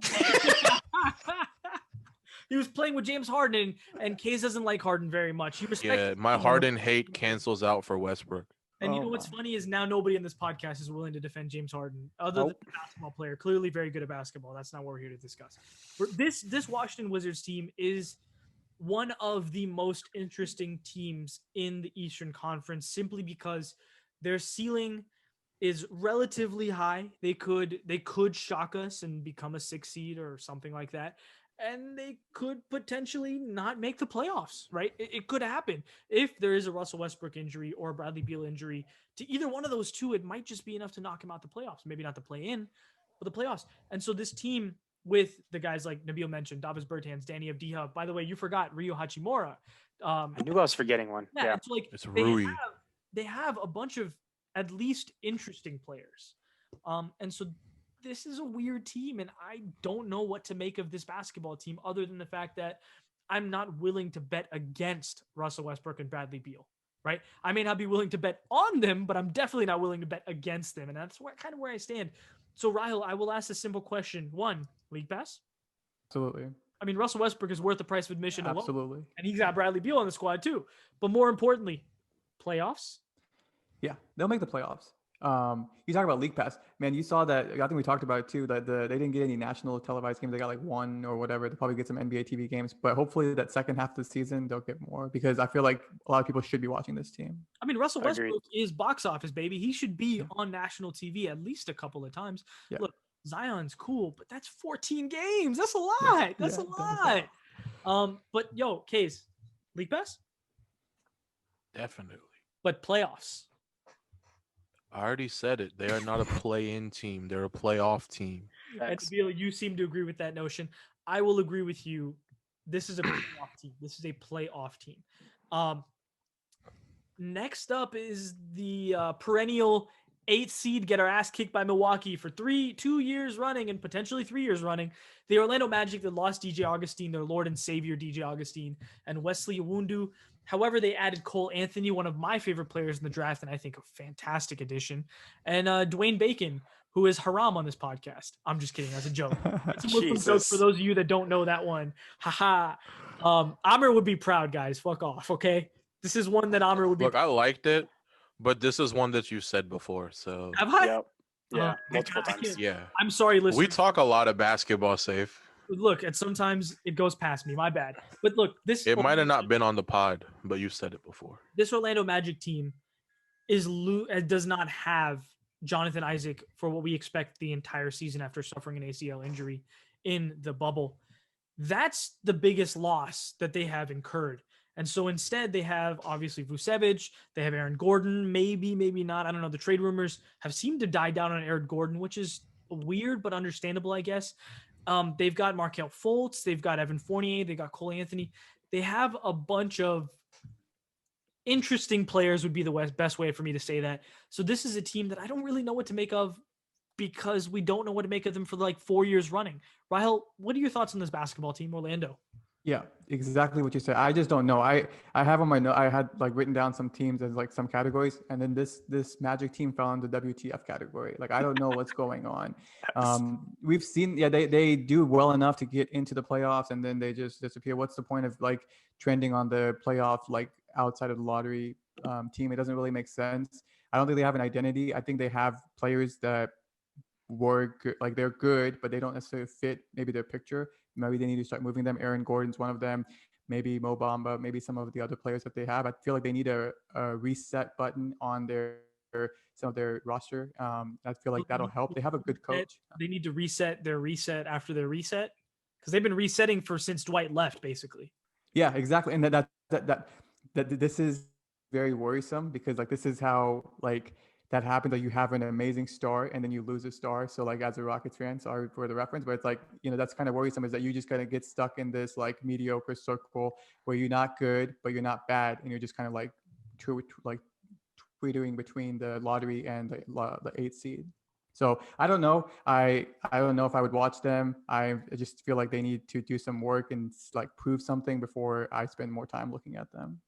Nabil, what are your thoughts on the Orlando Magic? I think Raheel actually did like really good on that. It's weird because I don't know if anyone's really noticed. I'm pretty sure we have, but Markelle Fultz, they seem like they really want to get him involved this year. I know they showed a bit last year, but this year in the 2 games against the Hawks in the preseason, he played 25 minutes in the first game. In the second game, he played 31 minutes. So they very clearly want him to be a large part of that offense. And by the way, game 1, he scored like 15 or 16 points. And in game 2, he scored 21. And had 7 assists. So I don't really know what to think of the Magic. I don't know if they have enough to make the playoffs this year, to be quite honest. I'm a little bit more down on them than you guys are. But it's only because we don't know what this roster is going to be. We don't know how they're going to come together. I'm not sure about this roster at all. They're not a league pass fiend for me either. We'll just see what happens with them. So the Orlando Enigma case. I'm out on Orlando, bro. I love Vucevic. I wish the best for Markelle Fultz, but I do not think they're a good team this year, especially with that top 75% of the West being as good as it is, or as good as it could be. We lost Raheel. Yeah, he'll be back. We'll just keep moving on. This team, Case, playoff? Nah. Play in? Nah. Oh, you're just completely out on it. They're going home. Wow. Nabil, playoff? No. Play in? No, unless and until they show something different. Wow. This is genuinely shocking. Maybe I'm wrong for being shocked, but this team, for whatever reason, finds ways to win basketball games because they do enough to make it happen. And so for that reason, it wasn't the team. It was DJ Augustine. Oh, leave DJ Augustine out of this. Come on, man. He's in Milwaukee. He's a good basketball player. Fine basketball player. I think this team is definitely a play-in basketball team. I think this team is a play-in. And by the way, very well could just end up being a playoff basketball team. Not the most shocking thing in the world. But like I said, like all of us have said, this is a weird team. Let's move on to, okay. I said we were going to talk about the Hawks, and I don't want to talk about the Hawks. I would just ask you the simple question, Raheel. The Atlanta Hawks. One of my teams to watch, baby. What's League that? Pass? Absolutely. And playoff? Playoffs for sure. I think top 6. That's for me. Top 6. Wow, that's hot take. Bro, I'm really high on this team. That roster, the things that they've put together. They had a solid core, and they added a couple of good pieces to it. And they added one key piece that maybe people found under the radar. Y'all probably know about it, but the assistant coach, Nate McMillan, right? If Lloyd Pierce, whoever the coach is right now, if he doesn't get it done, Nate McMillan will be the head coach by the end of the year. That's the kind of problem. Nate McMillan is now breathing down the back of Lloyd Pierce, which may or may not be a good thing, but we'll find out. Nabil, you weren't on the beginning of the episode when we were talking to Aamir. So League Pass? Duh. Yes. Playoff? Yes. So this is actually one of the reasons why I don't think Orlando makes it, because we've now talked about 2 teams that we think will make it into the playoffs. Therefore, Orlando gets dropped out. Okay. Kays, we've talked about this. This is at least a playoff team. Well, at least a play-in team, but hopefully definitely a playoff team. Let's move on. Indiana Pacers, they had a hell of an offseason. They lost TJ Leaf and added Cassius Stanley, and that's it. But by the way, let's not forget they're adding back a healthy Domantas Sabonis, who has looked really good in the preseason so far. Hopefully a healthier Victor Oladipo, and then all the other pieces, right? Bubble TJ Warren is no longer in the bubble, but hopefully he's close to as good. Obviously, he's not going to be dropping 50 points a game, but 21 is not at the realm of possibility. 22 is not at the realm of possibility. The Indiana Pacers are one of those basketball teams that, from national media standpoints, at least what I'm reading, and correct me if I'm wrong, please do, they're the one team that people are saying are not a part of the top 6 or 7 guaranteed playoff teams. They are a possible, probable, but maybe not playoff team from the standpoints of ESPN and the Ringer and Yahoo and Bleacher Report and the Athletic. Nabil, what are your thoughts on the Indiana Pacers? Talk about an anticlimactic offseason. Victor Oladipo trade rumors, all of this stuff that was supposed to happen with them, and they added Cassius Stanley and lost TJ Leaf. That was their offseason. I don't know if I agree with the fact that they're going to drop out of the playoffs. I definitely do think they're a playoff team. They're running it back, basically. I don't see why people would think that all of a sudden they're just going to suck now or they're not going to be as good as they were last season. I do agree with you that TJ Warren probably isn't dropping 50 points a game again, but that's not necessary. No team has ever had a guy that's averaged 50 points a game. Hey, Will Chamberlain would like to have a word with you. I would like to point out the fact that he was also a foot taller than everyone else on the court. Exactly. So I think the Indiana Pacers are a playoff team. Am I going to watch them? Not really. No. I mean, I love Sabonis, but I don't know if I'll be watching them. I'm not watching them. You want to talk about the Indiana Pacers? Yeah, they'll end up 4-6. Will not win a playoff series. Facts. So a lot of basically nothing has changed Last year. Nothing has changed. Exactly, nothing has changed. Run it back. Indiana's and last year they were the slowest team. Last year they're going to be among the slower teams this year. I'm not watching them on League Pass either. Look, Indiana, got a new coach, bro. Yeah, they got a brand new basketball coach. And look, Raheel, before I let you go, the weird thing about Indiana is they have a lot of players that a lot of people like, right? Malcolm Brogdon, very likable. Victor Oladipo, T.J. Warren, Domantas Sabonis, Miles Turner. That's their starting five. And if you tell me that's a starting five for a basketball team, I say that's a pretty good to very good basketball team.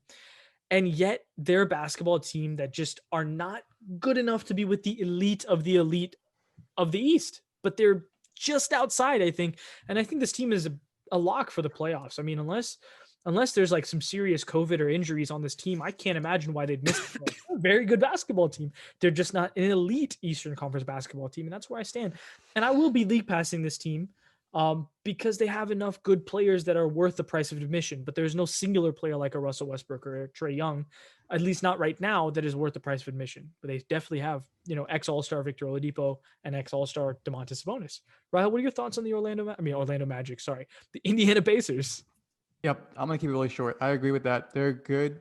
They're good for the Eastern Conference, but they're not great. And so we're just going to be like, they might win. They'll get to the playoffs. They might win a couple of games, but they won't make like that drastic noise unless they make a move to either flip Oladipo, flip Turner, flip someone else to kind of, add some juice to that team. Because like Olivia said, it's the same.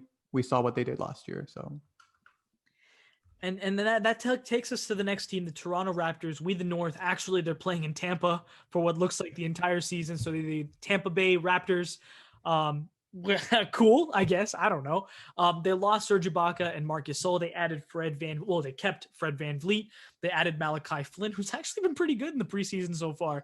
Aaron Baines, DeAndre Bembry, good riddance as a Hawks fan, and Alex Len. This basketball team is a basketball team that will be good. They will be really good because they are well coached and they've got a bunch of guys who play really hard-nosed basketball. But they didn't get better in the offseason. I don't think they got better. Raheel, what do you think about the Toronto Raptors? They did not get better, and I feel like they lost some pieces that were more impactful, whether they were like helping on the floor, on the court, or with team chemistry. So that's going to hurt them. But then I think that this team reminds me of like the Spurs of like the 2000s, like where they have good players, but they're not like any superstar players. But they're well coached, so that well coached part takes over the stardom. And I feel like he'll get enough out of them to compete. You really are from Houston, because Tim Duncan, Manu Ginobili, and Tony Parker are not superstars in the 2000s. Besides the not a fan of the Spurs. Clearly. Okay, you and me both, buddy. But what I'm trying to say is I feel like besides like they were great, but then like when they came into the league, nobody was like hyped about them, right? Like people are hyped about all these rookies that you're mentioning, right? Like they weren't necessarily as hyped. They also had if you look at their roster, besides those three players, they filled in a lot of like not so well known named players, but they got the best out of it. That's what Popovich does. I feel like Nick Nurse does the same thing, and he will do the same thing again this year. I just don't see them being the top three, but they'll be in the conversation in the East for like playoffs. Well, Raheel just destroyed our entire podcast because now we're discredited saying the mid-2000s Spurs were not superstars. Tim Duncan was the number one overall. We as a podcast do not agree with that We statement. denounce this statement. I denounce Raheel for that bullshit. Tim Duncan is a top 10, 5, 6, 7, 8, whatever basketball player of all time. Yeah, he's a fucking superstar. Kays, your thoughts on the Toronto Raptors for this season? They'll be a good team. Like you said, they're extremely well coached. We all love Nick Nurse. Yeah, they'll end up middle of the pack, that 4 to 6 area. You don't seem Because so I do excited to think- talk about- you don't seem too excited to talk about the Raptors. Why? They haven't given me a reason to be excited, right? Sure.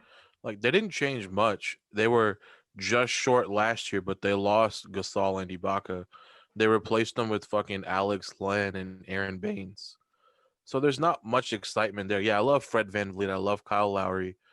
I like Spicy P, but I don't think they compete with a healthy Nets, Boston, Miami. Like, Milwaukee. there's levels to this shit. Oh, yeah, Milwaukee. Yeah. That's fair. So then, Kays, the simple question I ask, League Pass? If my other teams aren't playing that day. Ah, that's why you're not so excited to watch them. Fair. Raheel, League Pass? Yeah. Nabil, playoffs.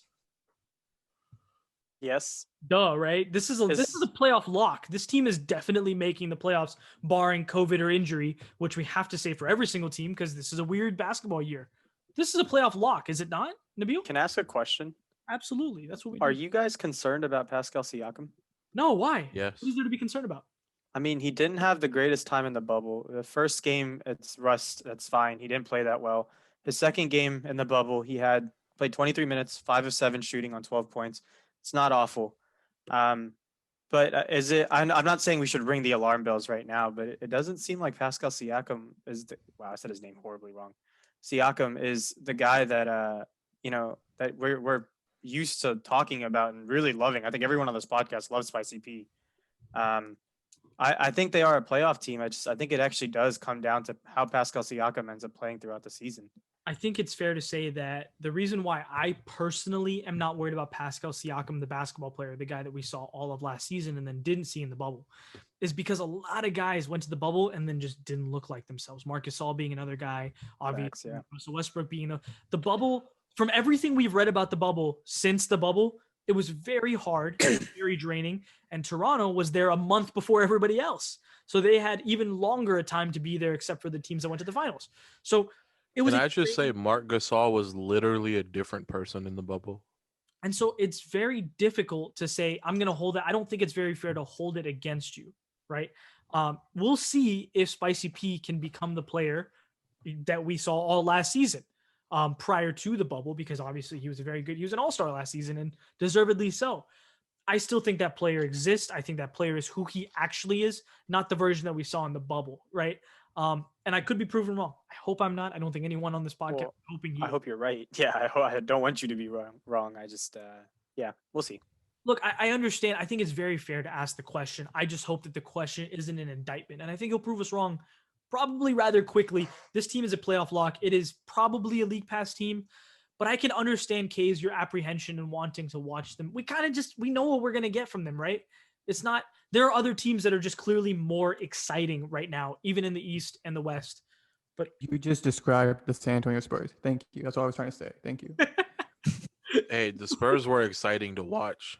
no, Okay, they, you're Them one of just like the few people dominate- who would say that. no, they weren't. Outside of San Antonio, Look. very few people would tell you that. Bro, you put Look, the Spurs all I'm on to go saying to is take a nap. The Spurs dominated basketball in Texas for almost. But it was 20 years. boring. That's all I'm saying. It was boring. We knew what we were gonna get. They did it night Yeah, in, night out. greatness and is that's all. tiring. I'm tired of seeing LeBron in the finals every year No, too. But that's- now he's no, on I'm the not. Lakers. No, so I LeBron have is to actually give a fun to fuck. watch. I would watch. I that is like to Kays watch by LeBron. himself. Moving on to the Philadelphia 76ers, who lost Al Horford, Josh Richardson, Zaire Smith, Alec Burks, added Daryl Morey, Yo. Doc Rivers, Tyrese Maxey, Danny Green, Terrence Ferguson, Seth Curry, and NBA champion Dwight Howard. This basketball team, in my opinion, got better. I like Josh Richardson. I like him better on the Dallas Mavericks, as we talked about last week. He clearly wasn't the perfect or even close fit on this basketball team. they made good moves. This is a better basketball team. They will be better coached because their coach was not a very good basketball coach. He was a really good tanking coach, but he wasn't a very good basketball coach. And we knew that for like 3 straight years, and they just did nothing about it. Daryl Morey is definitely not done making moves, and this could potentially be a James Harden destination, but we will not speculate there. We will talk about the team as it stands today and likely next Tuesday when the NBA season starts. Case, Philadelphia.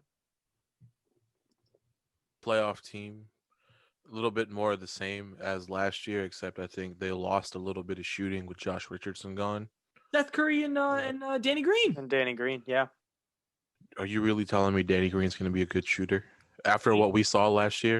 I think that you are letting your recency bias hurt what Danny Green really was. He was really, really, really good for the Lakers prior to the bubble. I think I will watch them on League Pass. They will make the playoffs. They're a playoff lock, so that's common sense. Nabil, what are your thoughts on this team as a basketball team? They clearly got better, but that next step. Yeah, I actually think they addressed the needs that they had. Right, the narrative around the Sixers always is they don't have the 3-point shooters to support Ben Simmons. Well, guess what? They went and got Danny Green and Seth Curry. Right, Seth Curry shot, I believe, 41% from 3-point line last year. No, that was Tim Hardaway. My bad. That was not him. He did shoot really well from 3. I can't remember what his stats were, but he shot, I think it was like a career high for him from 3 last season. If he continues that, that's the support that they needed, especially he doesn't start, right? He's going to come off the bench for them. I don't think he's going to be a starter. No. I don't Shake Milton's going to start. Yeah. I don't think Danny Green will start at the 2.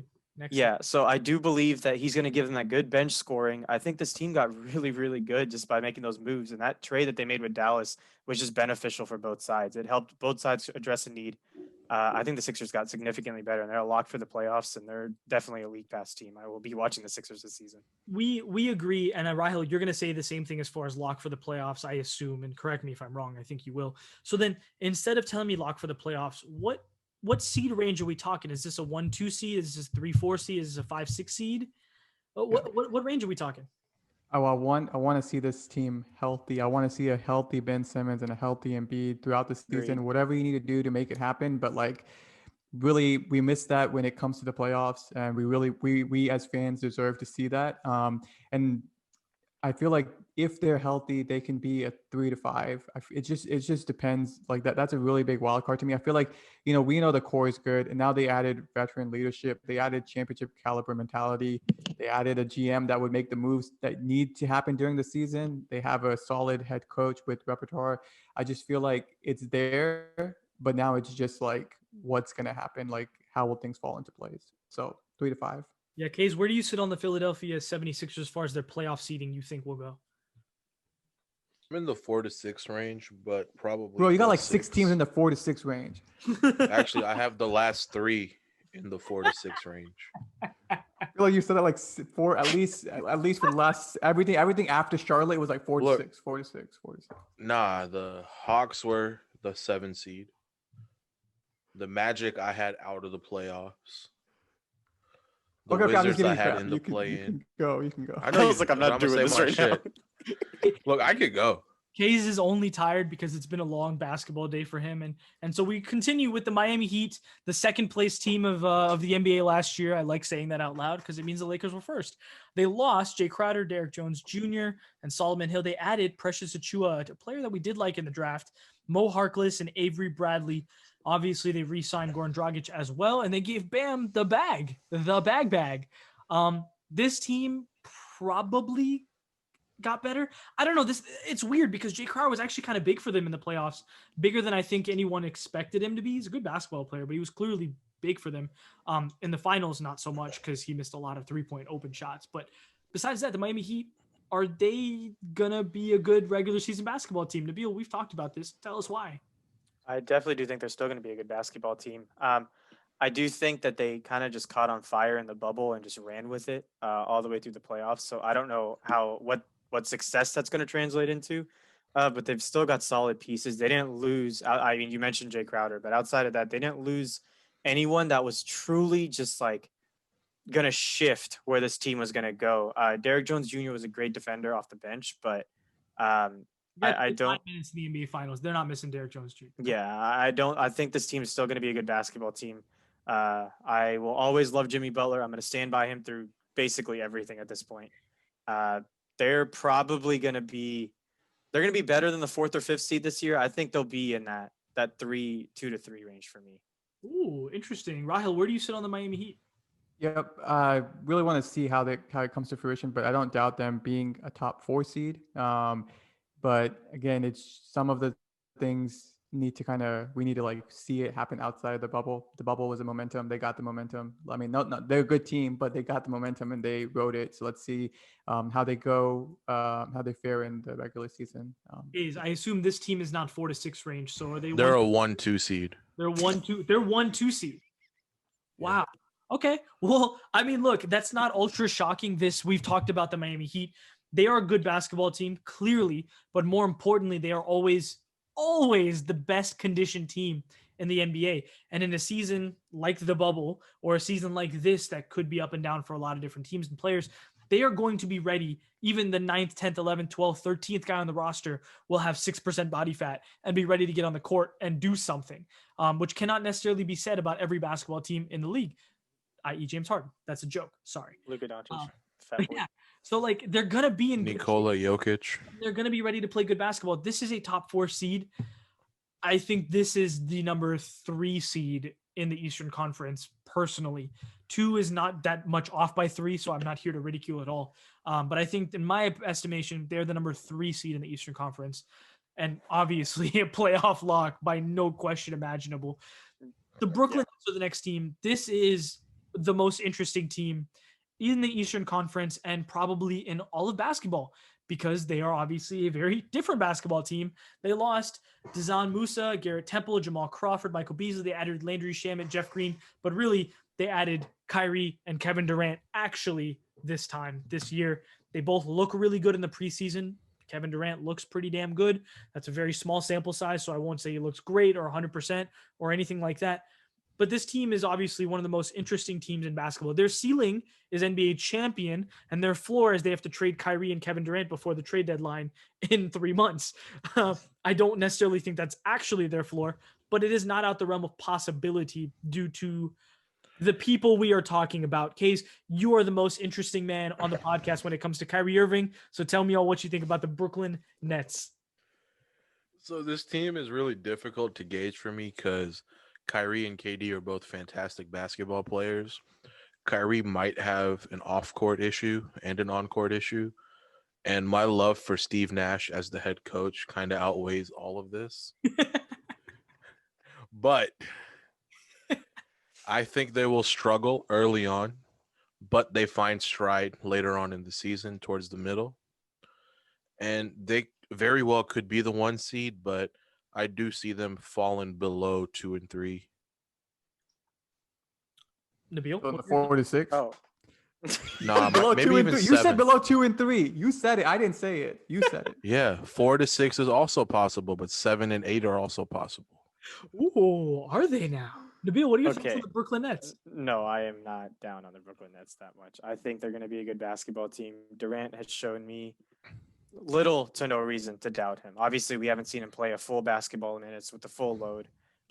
Case touched on something I really do agree with, and it's not so much just Steve Nash. It's actually the fact that he also brought in D'Antoni to run that 4 seconds or less offense, to actually truly And Amari implement. Stoudemire. And Amari Stoudemire, sorry. Guys that actually were a part of it when they – what's up? They got the band back together. Exactly. Yes, and I sir. think it's like Steve Nash is running the offense he really wanted to when he was playing basketball, and now he's like, I can do He this. just brought and I've got the D'Antoni players. on to show him, like, if we had done this, we would have won. Exactly. And I think he's got the pieces with Kevin Durant. Obviously, we have to see, Safe, you and I talked about it. His lateral quickness may suffer because of that Achilles injury. So defensively, they're kind of a question mark. But this team to me is a 1 or 2 seed. I'm that high on the Brooklyn Nets still. I think they're a very good basketball team. As long as Kyrie does not fuck up that locker room. I'm emphasizing this. That's why I'm mad. Raheel, you seem awfully quiet on the Brooklyn Nets. Tell us your thoughts. No, I agreed. I mean, yeah, I agree with Nabil, at least top 3 team. Great players. Those are superstar generational talent players. They will play great basketball. I mean, whatever it is, they'll play great basketball. So I'm not worried about them. Yes, there'll be some issues, but I feel like they'll figure it out when it matters most. and they have a great coaching staff. So let's watch them. League Pass every day, whatever, national TV. You'll watch them. We'll playoff log, all that good stuff. Let's go. What seed are they for you, man?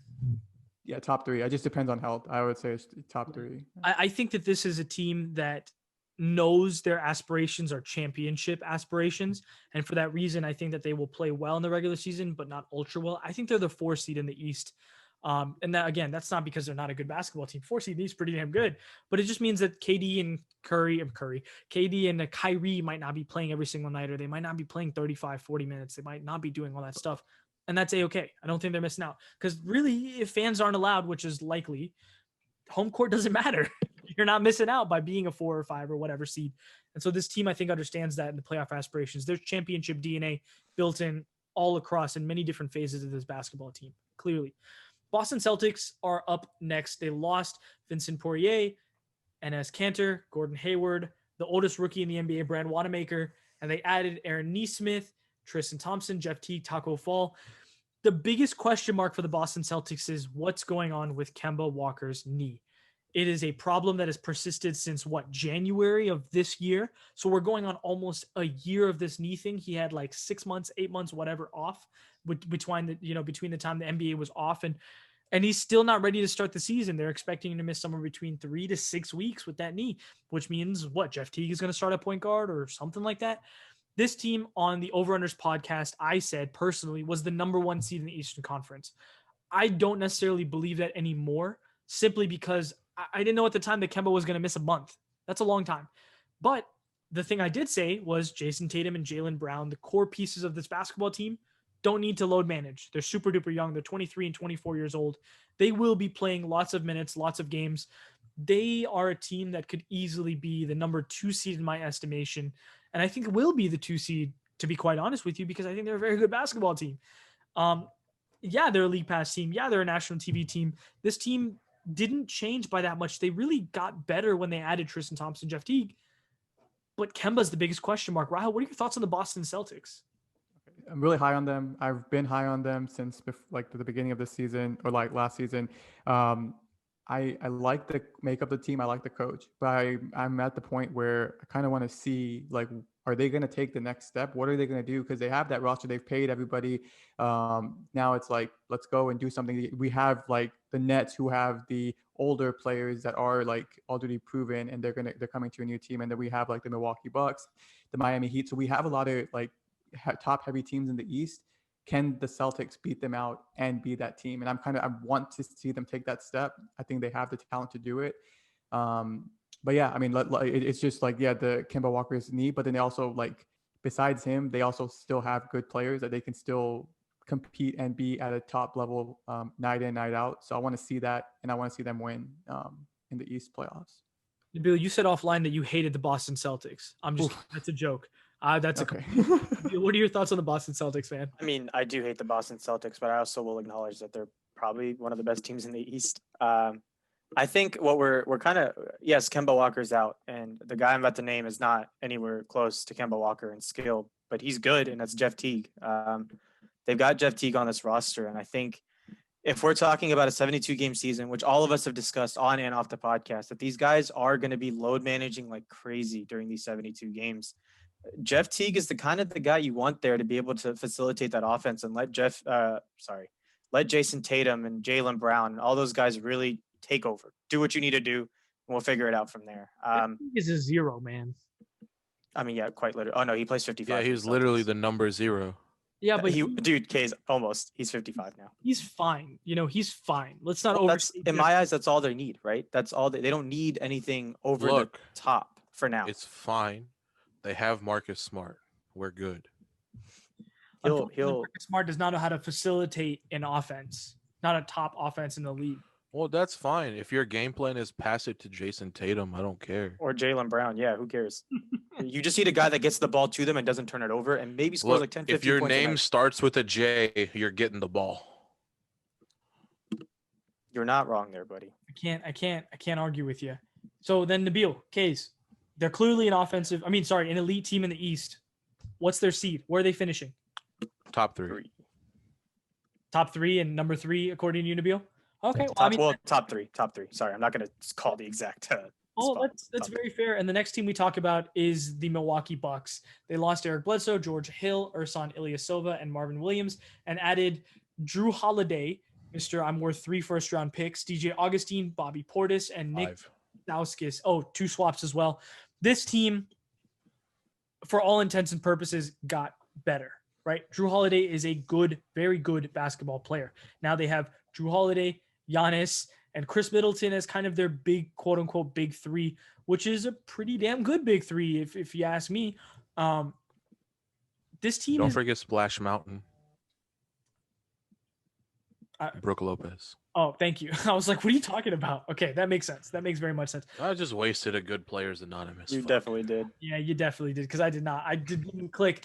This basketball team is 100% contingent on head coach Mike Budenholzer, because if he can't close now, he is not gonna. He is the only person in Milwaukee who's on the hot seat, in my opinion.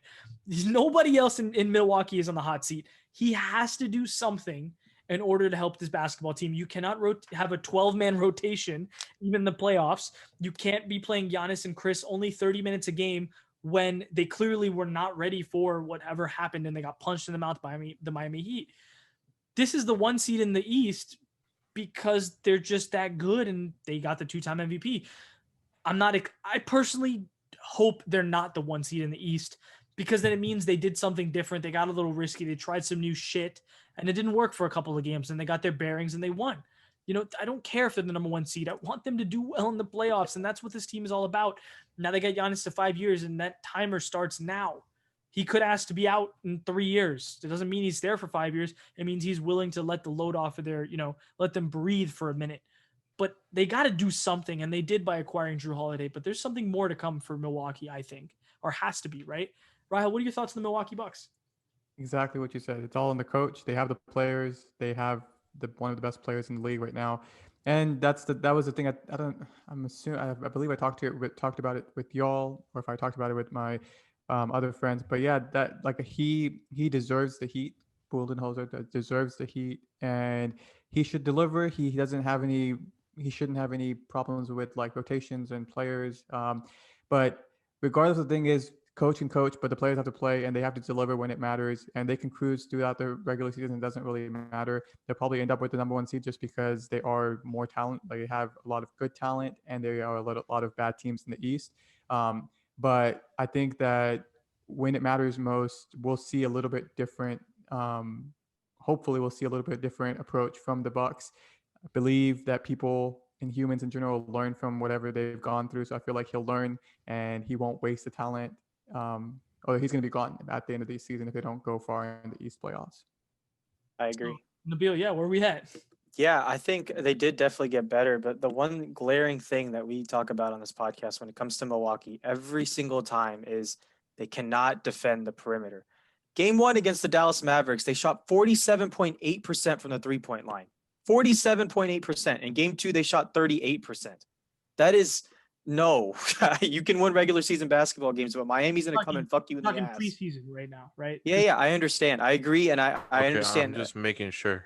Yeah, I completely agree that we need to wait and we need to watch them actually play basketball, but that is not a good sign. I understand guys don't take preseason seriously.